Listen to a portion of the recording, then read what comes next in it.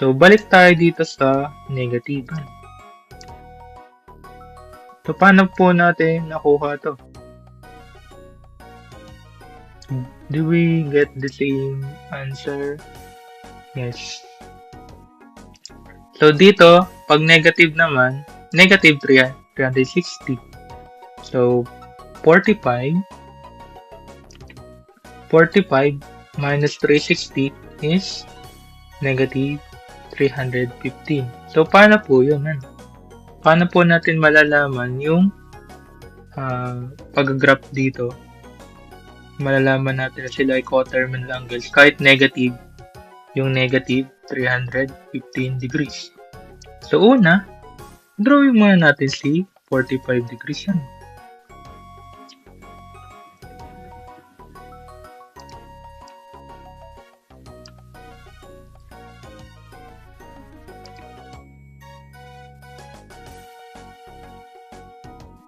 Lagay tayo ng initial side, naglay sa x-axis, and then they share the same terminal side, this one.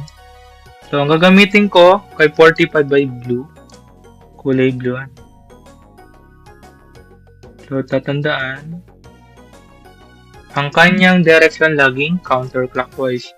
Paano po pag negative? Ang negative na angle, clockwise ang direction. Lagay natin dito. Negative, clockwise. Orasan ang direction. Take note, negative, clockwise ang ating direction. So, paano po yun? So, mag-i-start syempre dito.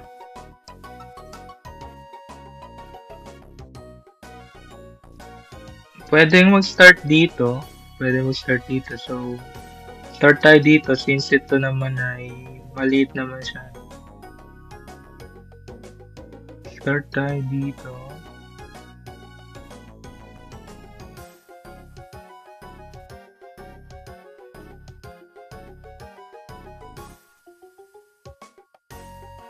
Yan. So, ito yung negative 315 degrees. They share both ng terminal side.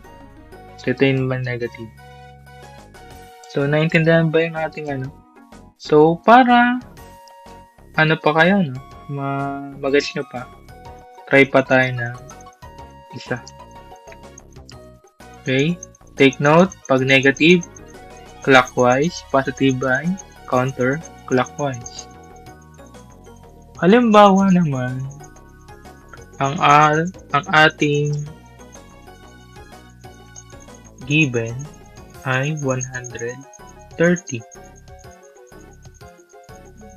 130. So, require tayong umanap ng 1 positive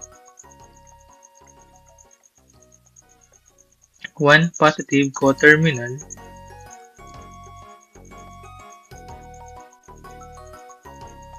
at 1 negative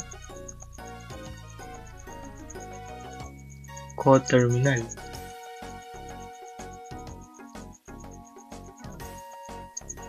So, pwede nyo itong i-post at i-try nyo hanapin yung positive at negative coterminal ni 130.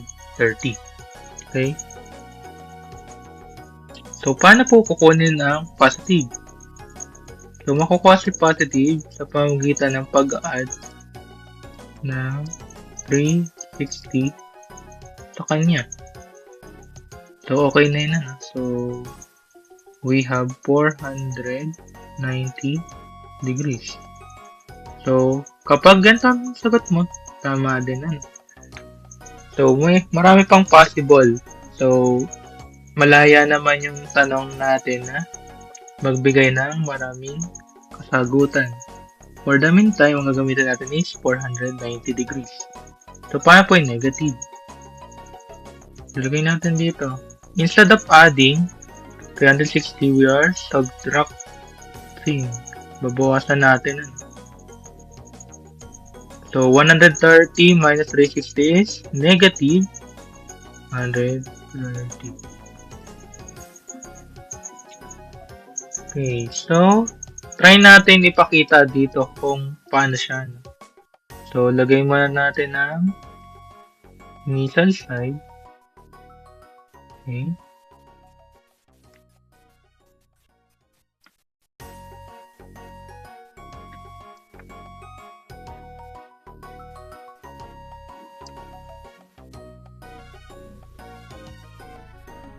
And then, 130 yan. So, siya ay, hindi siya gitna, pero somehow,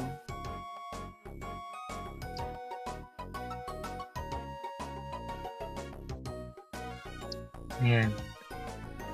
Tapos, gumamit tayo ito.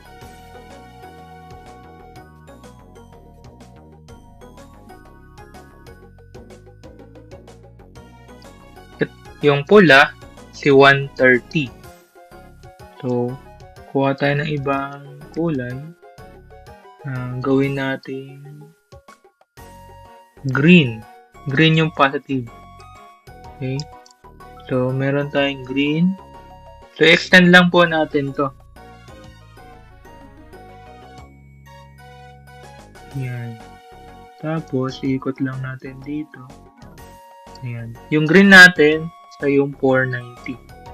So, yung green ay 490 degrees.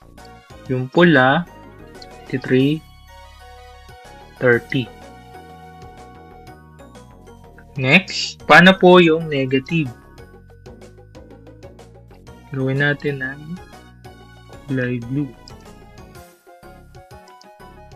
This one. Ayan. So, pwede tayo mag-start dito.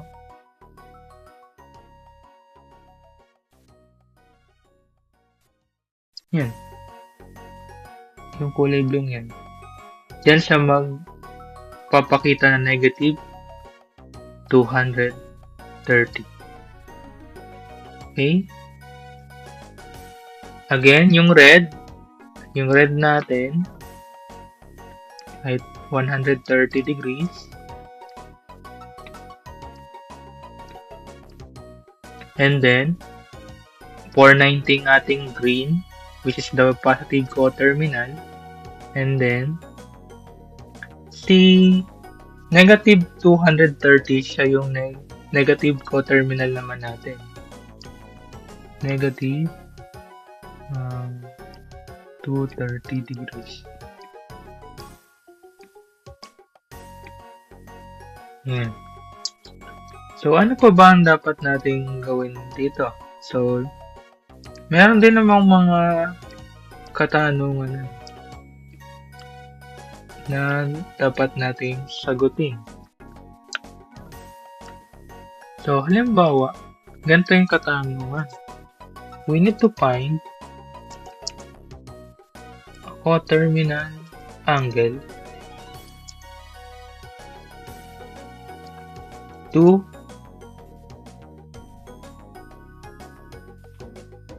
next condition 1000 degrees that lies between 0 degrees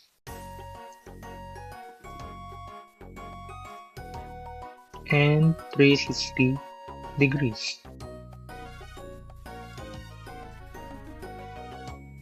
So, paano natin to masosolve? So, simple lang. So, ang target natin is kailangan nandun na siya sa isang revolution. Nasa isang revolution lang siya. Kasi ito yung keyword natin. So, ang given natin is 1000 degree. We are trying to find a coterminal angle that is in between sa 0 degree and 360 degree. So, ang gagawin natin dito is we need to subtract a multiple of 360 from 1,000 hanggang makuha natin yung halimbawa. We can do it trial and error. First, let's have 1,000 minus 360 degrees.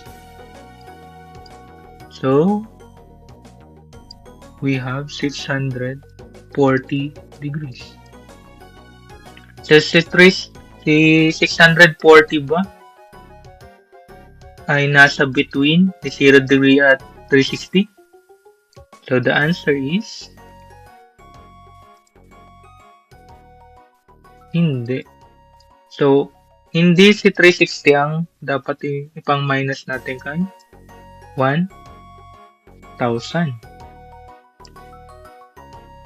So, lagay ulit natin dito. I-times naman natin sa 2 si 360. We have 2 times 360. Lagay natin dito. Equals. So, the 1,000 minus 720. Okay. So, 1,000 degrees. Huwag kakalimutan degrees. Maselan siya. 1,000 degrees minus 720 degrees. We have 280 degrees. So, pasok ba si 280 kay sa between 0 degree and 360 degree? The answer is yes.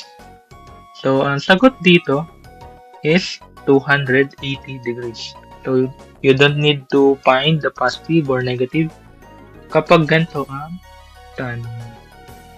So, sa mga susunod na video natin, i-discuss naman natin kung ano ang reference angle. If you want more example and exercise dito, gagawa tayo again ng another video para naman ma-practice yung inyong mastery sa coterminal angles. Okay? So, thank you and have a great learning. Goodbye.